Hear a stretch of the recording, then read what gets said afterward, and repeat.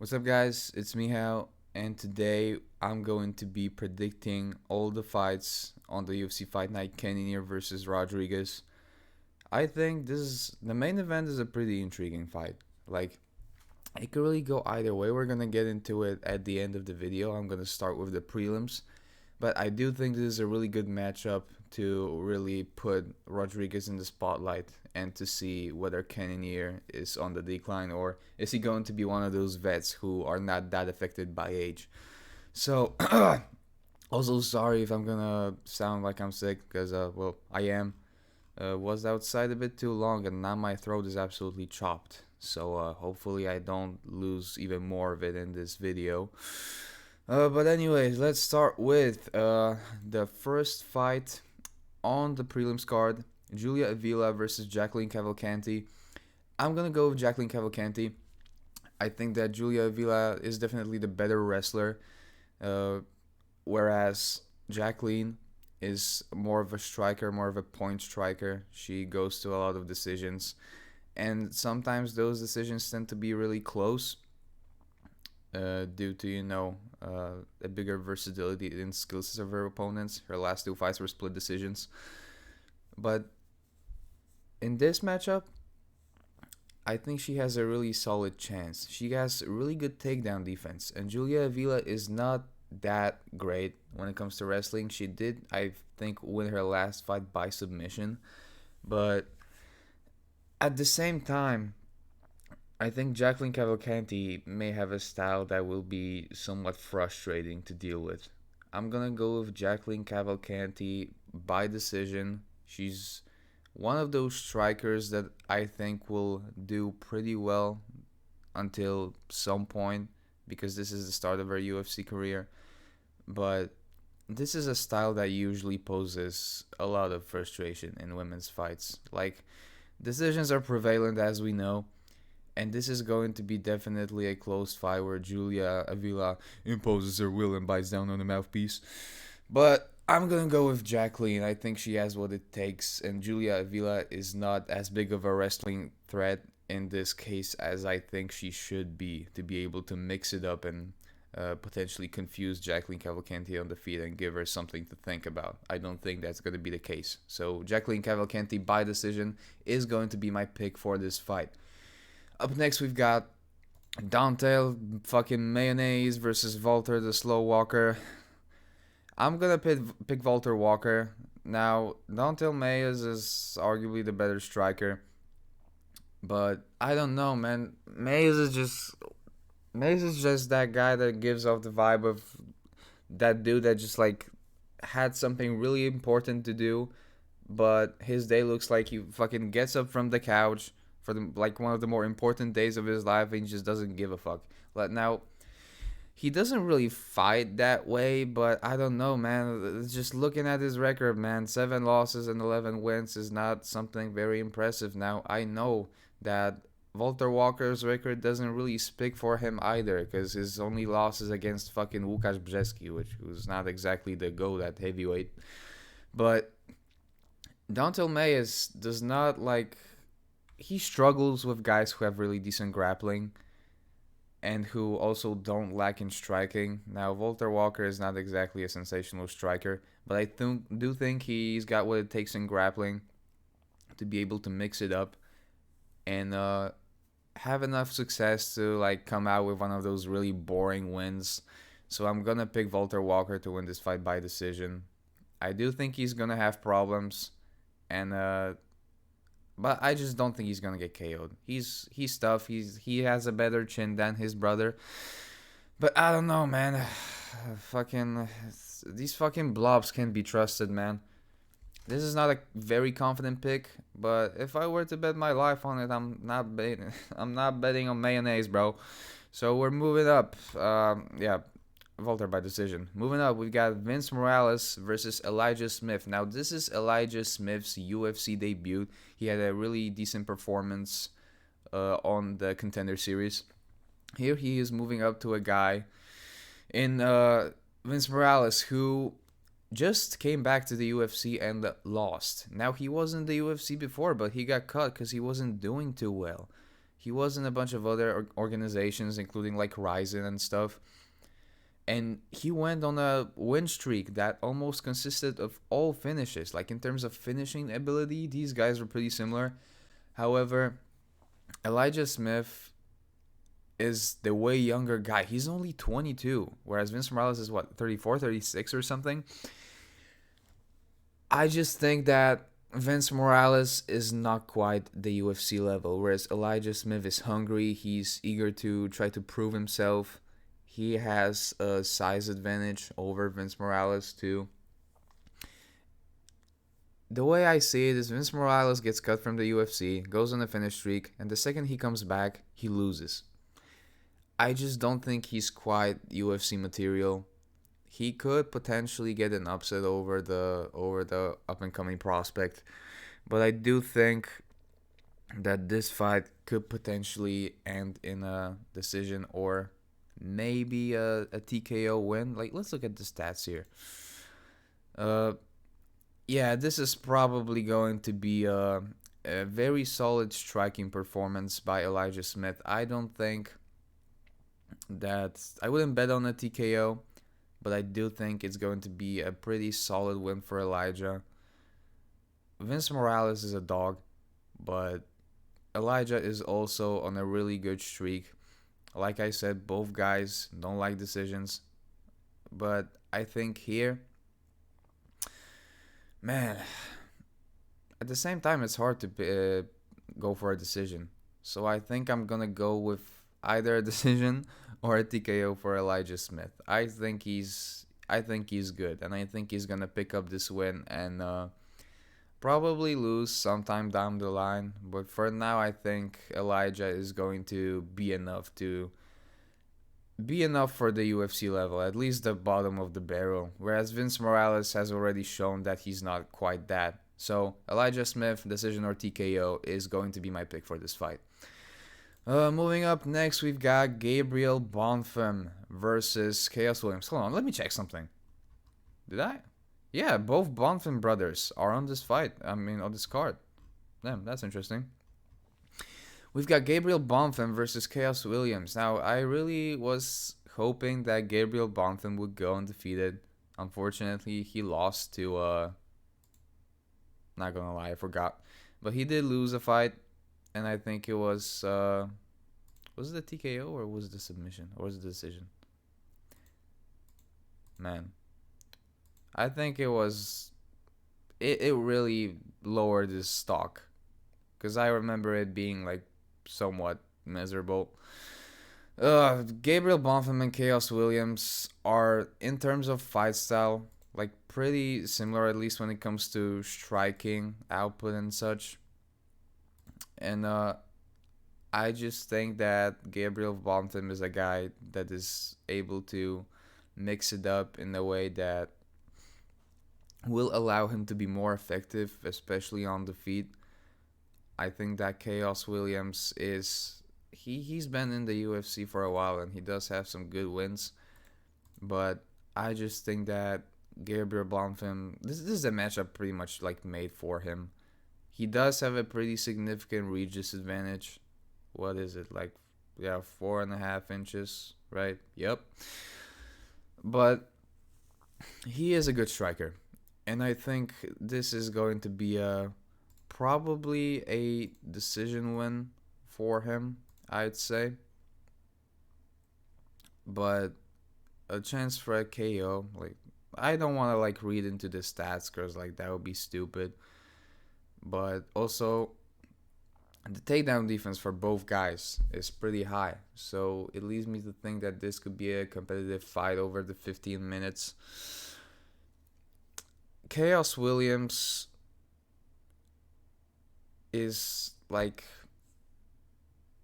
he's not very impressive on the feet, you know? I think I'm going to pick Gabriel Bonfim to win this fight because he's a bit more aggressive in the grappling. And for that reason, he's going to be able to, like I said, mix in the striking as well and cause more problems for Khaos Williams. So if it's not a finish, it's going to be a decision for Gabriel Bonfim, I'd say. Alright, up next we've got Rafael Estevam versus Jesus Aguilar. I'm gonna go with Rafael Estevam. He is a really interesting prospect, and he is already 1-0 in the UFC, excluding his win in the Contender Series. And I just think that while Jesus Aguilar is a bit more proven, just the fact that Rafael Estevam is already able to withstand the pressure of his first few UFC fights and still remain undefeated makes me think that he is able to take on a guy that Jesus Aguilar, which is a decent test.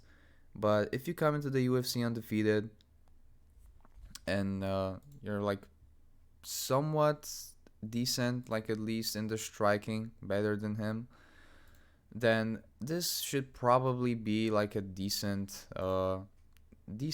chance for a decision win for Estevam.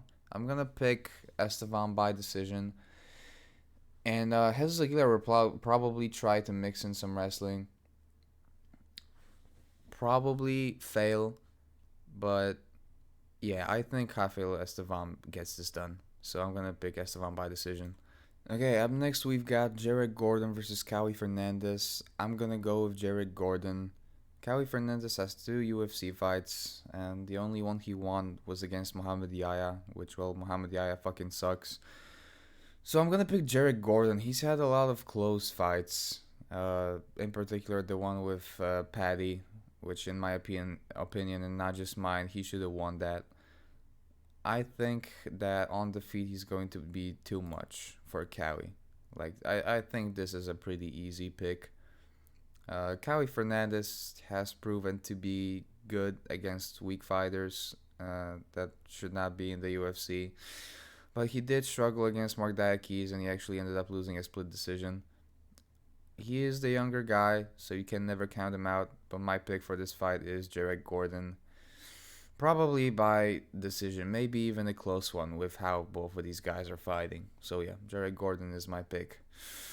Last fight on the prelims, Angela Hill versus Ketlen Souza. This could very well be an overkill special and another fucking decision robbery, or maybe a win, who knows. But I think that, well, if you're 40 as a WMMA fighter and you're still fighting, and that definitely means something when it comes to your longevity. But Ketlen Souza is very impressive. Like, I thought she was gonna lose her last fight. She ended up winning in a very solid fashion. I think that she's definitely going to be chasing the finish at least a bit in this fight, because that's what she usually does. And if this does go to a decision, then I think Angela could definitely win this. But at the same time, I think Ketlen Souza is aggressive enough to cause Angela Hill problems. So I think that if Angela doesn't get finished, this is going to be one of the decisions that she loses. Simply because usually when she wins fights, it's against people who have questionable abilities. Like Tabata Ricci, I mean, in my opinion, lost. She also lost to Jesus Christ, Mackenzie Dern, which I think also was a robbery. But man, I think Ketlen Souza is somebody who is going to impose her will on her. I think Ketlen Souza is going to win this fight by a decision.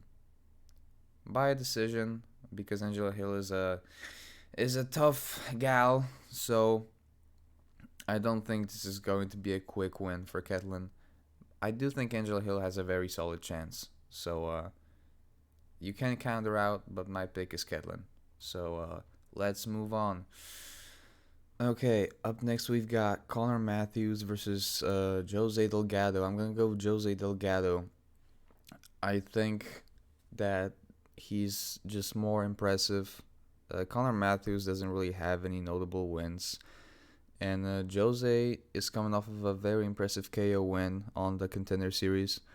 He is a really solid overall fighter. He doesn't have any like crazy weaknesses that somebody like Conor Matthews could exploit. I think this is going to be either a decision or a TKO for Jose Delgado. I think this is a fight card where the prospects are going to shine.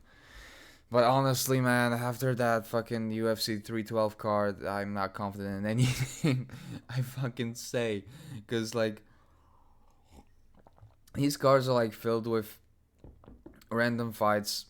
And I went, like, 50-50 on my picks last time. Like, I do think some of these fighters will win. But, man, I feel like this is just a time where where a lot of these fights are going to be pretty challenging to predict. But this is not one of them. I think Jose Delgado is going to win pretty convincingly.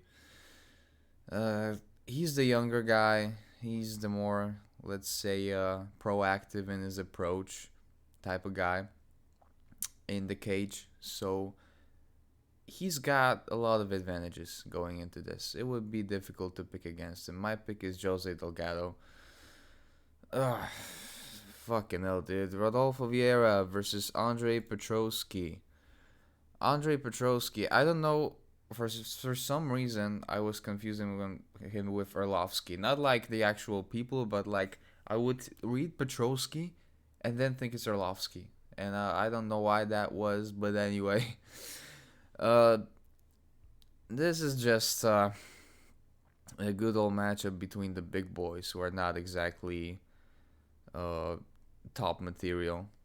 Rodolfo Viera is very good. Andre Petroski has losses in the UFC, so he's not exactly the type that you'd pick to win most fights.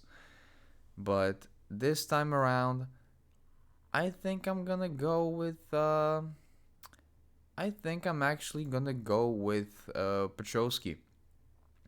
I think that Rodolfo Vieira is a really good fighter, but he does get hit, and you cannot afford to get hit against a guy like Andre Petroski. He is a very solid. What the fuck is that tattoo, by the way? He is a very solid puncher, and I think it's going to be a good win for him. He's going to be one of those vets that doesn't get like really far, but I do think that he's got what it takes to hurt a guy like Rodolfo Vieira. So I'm gonna go with Petroski. Ismael Bonfim versus Nazim Sadykhov. I'm gonna go with Sadykhov. In my opinion, Ismael is the less impressive brother. Like Gabriel is very impressive in the grappling, but Ismael is more of a striker, right?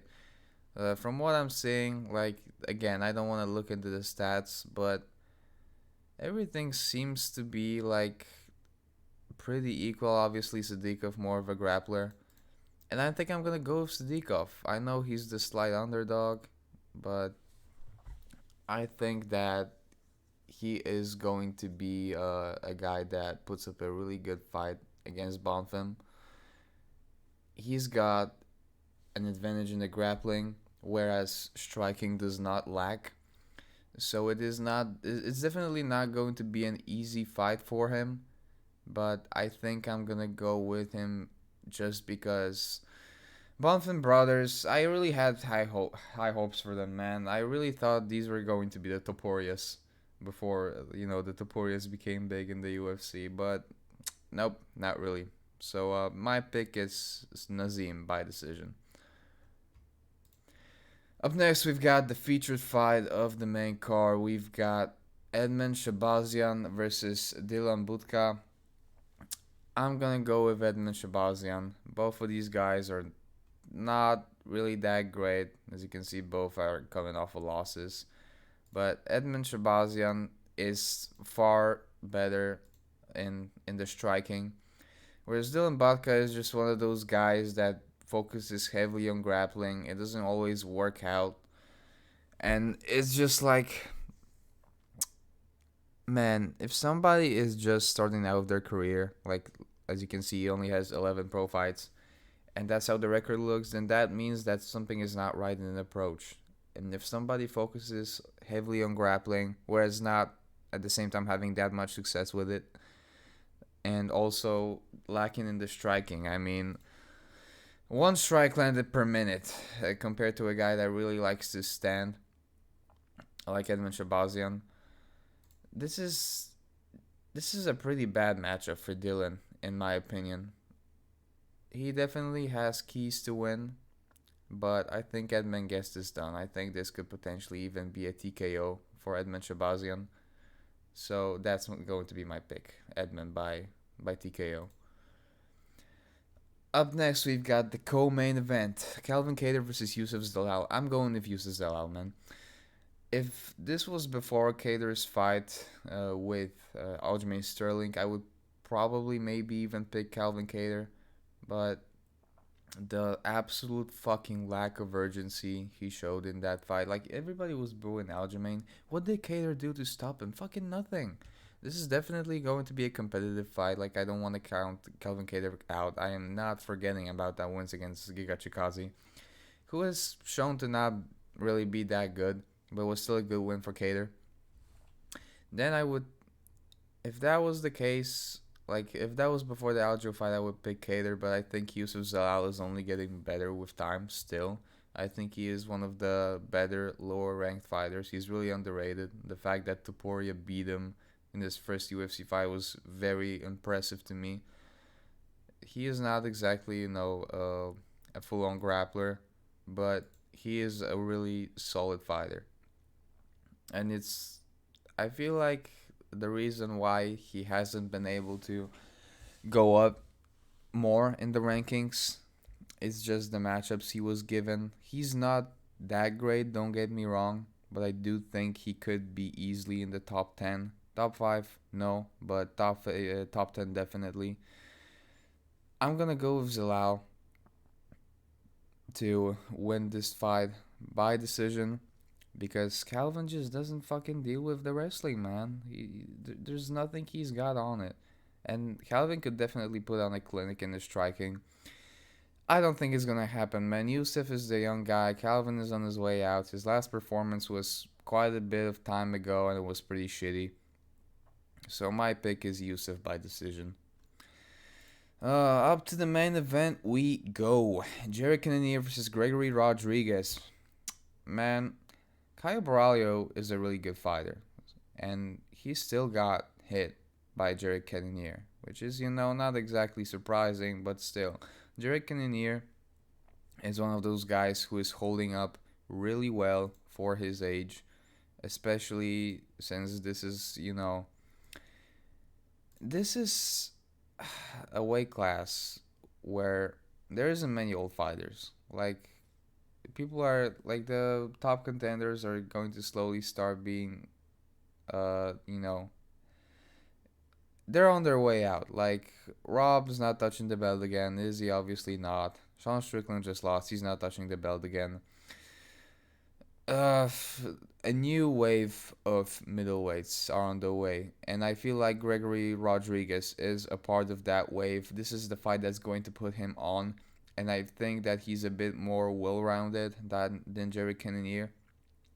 Boxing is going to be close, but I think overall, Gregory Rodrigues is the better fighter, and he's really going to show it. I doubted him in his last fight against who was it against?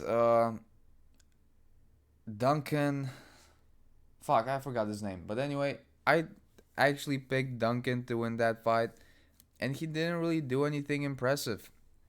So I think Gregory Rodrigues is going to put himself on the radar with this fight. He's going to become more of a. He's going to establish himself as a top contender. And I am picking him to win this fight by decision. Jerry Cannonier, despite him being able to still give competitive fights, I think he's just on his way out. Like, I was surprised that Caio Borralho almost finished him. And that fight, a lot of people think it should have been stopped. So, he really gave a good performance against Marvin Vettori. But Marvin Vettori is not a great boxer. And Gregory Rodrigues has what it takes to put it on Jerry Cannonier. So I think this is going to be a somewhat competitive but a decision win for Gregory Rodrigues. And that is going to be my official pick for this fight. Cannonier could be potentially good underdog. This fight is really close on the odds. But I'm going to pick Gregory Rodrigues. I think he's got what it takes, and I think he's going to be a part of the new top 10 in the middleweight division, which, man, it's really the middleweight division is getting really interesting because like a lot of old contenders are on their way out. A lot of new, young, hungry prospects are on their way in. You know, you got Kaue, you got Imavov, you got Hamzat, and now you got Gregory. I think all of these guys will be finding each other for some time for the years to come.